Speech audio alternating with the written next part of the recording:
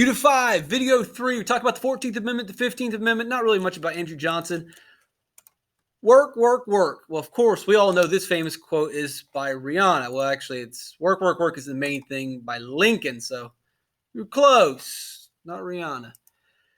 Let's go some more Renegade history and have a different understanding of Reconstruction. Typically, you're going to be told that Reconstruction is about teaching kids education and teaching them to read and write and economic mobility and equality for ex-slaves. There is some truth to that, and there's definitely truth that the Freedmen's Bureau provided food, clothing, education, job training. That is one part of it, but that is not the only part. The other part, the big part, which you're going to get from Thaddeus Russell and not very many others, is that the federal government, through the Freedmen's Bureau, is trying to retrain, reprogram the minds of these ex-slaves. They're taking them from a lifestyle and a culture of slavery and saying, all right, here's how you have to live now. Here's the actual right way of living. The way that you were living, that's not going to work anymore. There are new rules. And to see these rules fail and actually see these rules rejected by the ex-slaves, and in the eyes of many of the ex-slaves, you can read the book, it's like, wait a second, this is more, being free is more slavery than being a slave. And you can read countless examples of the renegades in this book rejecting the government's meaning of life. The government basically is going to tell people the meaning of life is to work all day, every day, have absolutely no fun, seek no pleasure, just be a perfect citizen, go to church. I mean, we talked about this in the last video. That's what the government is trying to train the people to do. And the government does a terrible job at it because the government does a terrible job at doing anything. But this one in particular, brainwashing and retraining an entire population, no government's going to be able to do it unless they are literally brainwashing with chemicals and videotape and like hypnotizing people. Maybe that's how you could do it. Aliens probably could program us, but other human beings are not going to retrain an entire population. It's too difficult. They fail. This is a different version. Typically, the government quit and they didn't want to help out the people. The government was racist. Andrew Johnson's Reconstruction policies failed. Blame the government. That's why we don't have equality today. Well, what were they really trying to do? When you start to look at what was the government really trying to do, and it's not necessarily just teaching ex-slaves how to read and write, when you look at what they were really trying to do, then you realize, well, no, of course this failed. Of course this didn't work. What are we doing? Were they really trying to achieve equality, or were they just trying to create workers, people to add to American industrialization? We'll read from the book what might really have happened. And you can pick which side you want to believe in. The journalist and former abolitionist James S. Pike toured South Carolina and reported with dismay that despite the injunctions of the Freedmen's Bureau's teachers and agents to work at least 6 full days per week, ex-slaves in Charleston averaged about 4 days of labor in the week. Other freedmen showed that they were habitually guilty of thieving and concubinage. Google that one.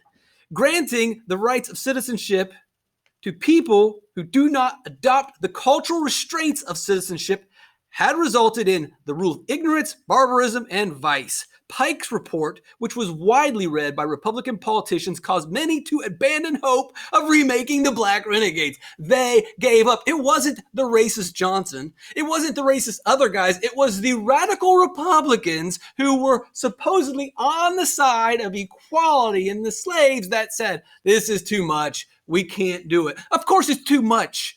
Look at what you're doing. If your whole purpose was, well, let's just teach people how to read and write and we'll let them pull themselves up or we'll make sure that they're getting equal protection of the law, that wasn't too much. But when you're trying to brainwash people into, you need to work 6, 7, 8 days a week, you need to dress a certain way, act a certain way, like you're completely trying to change people. Maybe take baby steps next time. By 1876, the demoralized Republicans agreed to withdraw federal troops from the South in exchange for giving the presidency to Republican Rutherford B. Hayes. We'll talk about that in the next video.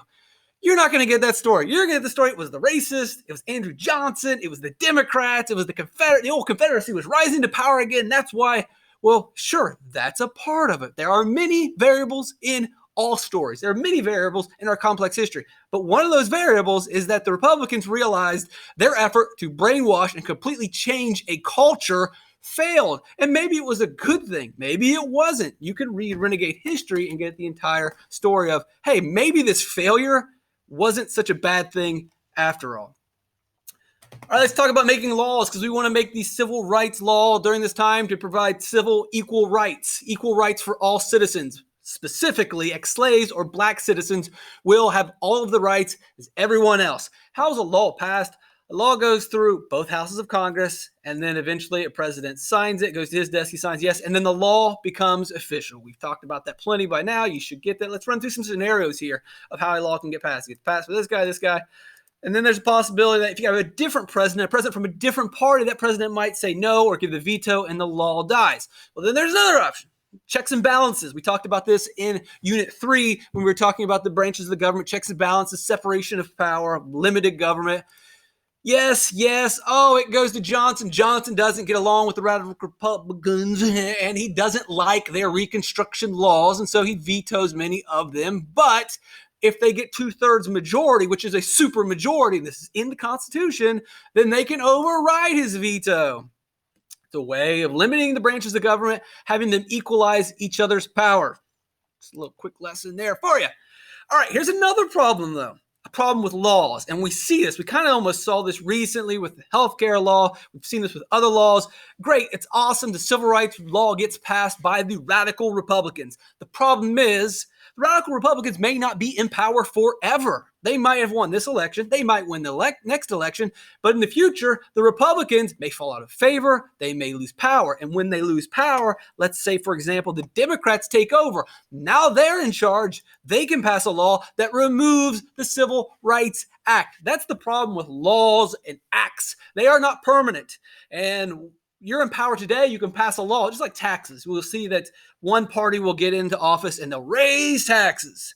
And then the next party will come back in and they'll change the law to lower the taxes. And we see this back and forth with the parties and different views coming in and changing things. So it's not permanent, but there is a thing that can be permanent, and that is an amendment to the Constitution. It's not completely permanent, but it's very hard to remove an amendment. It requires another amendment. Amendments are not easy. Laws are simple majorities. If one house gives you a majority, the other house gives you a majority, then it goes to the president. It doesn't require a lot of agreement. It requires a majority, 51%, but an amendment, being a near permanent fixture in the Constitution, unless another amendment or addition comes in, it requires more. And we're going to have the 14th Amendment to the Constitution, because the Civil Rights Act is great, but it's not permanent. It can easily get voted out. So we need something more significant and more permanent. And the 14th Amendment will be added to the Constitution. This amendment will define citizenship. It's still on the books today. It's the 14th Amendment. So you are a citizen of the United States if you're born here, or if you're naturalized. So you go through a process, you take a test, you learn English, and you become a naturalized citizen. This is what immigrants will do. Most people are citizens by just being born physically on American property. Another part of the 14th Amendment is the Due Process Clause, which says that states must grant due process, meaning if they're going to take your rights away, your life, liberty, property, pursuit of happiness, you name it, if the government's going to take that away, they have to follow a process, which is a court. They prove you guilty of something, and then they can take your rights away. But they cannot take away your life, your liberty, your property without due process. This exists on the federal level. Now with the 14th Amendment, it exists on the state level. Also, fair and equal treatment by state governments. The fair and equal clause says that you must be treated equal. We are all equal under, it was the Equal Protection Clause. We are all equal under the law. So the states must treat these ex-slaves or these black citizens, or all citizens, equally. We all are equal. We all follow the same laws. The laws must treat us all the same. According to the 14th Amendment, this thing is permanent. This required a 2/3 vote by Congress, and then you needed 3/4 of the states to agree on it, or 3/4 of the state legislatures. They get those. They get all the votes they need. This is now a permanent fixture of the U.S. Constitution. Not just a law that we can get rid of. It's there forever. We now know how citizenship works. We now know that states have to treat their citizens equally. Mainly, we're looking at you, South. We're looking at you, states that used to have slavery. We're looking at you, states that seceded. We're looking at you, states that went to war, because we don't think you're going to follow the rules. We don't think that you are actually going to treat your ex-slaves equally. So now you have to do it. It's in the Constitution. All right. So after the war and after all this is set up, We will send the military into the South to make sure that all these things are being enforced, that these slaves are being protected, well, ex-slaves, that these ex-slaves, now citizens, are getting their rights protected, that they're being allowed to vote, that they're allowed to get jobs opportunities, that they're allowed to be in the government. And we're going to force that to happen by having a military presence. And you can see the different districts that are broken up here, where these are the military districts, almost like 5 different military states where the U.S. military is there, forcing local citizens to follow. Basically a war zone. And you got old Tecumseh Sherman coming back saying, no matter what changes we may desire in the feelings and thoughts of the people, we cannot accomplish it by force.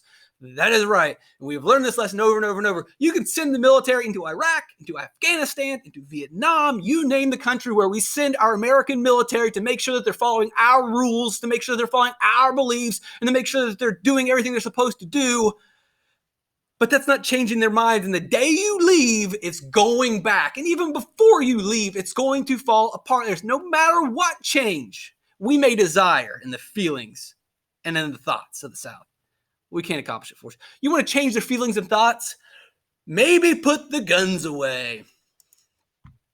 Grant will get elected from the winner of the Civil War to getting elected president in 1868.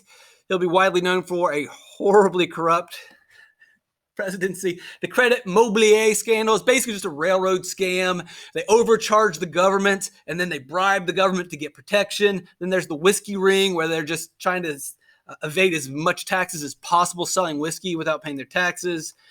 And then they find out, like in all these cases, his specific government officials were connected. They were a part of the whiskey ring. They were connected to the Credit Mobilier scandal. And ultimately, to say, well, I didn't know.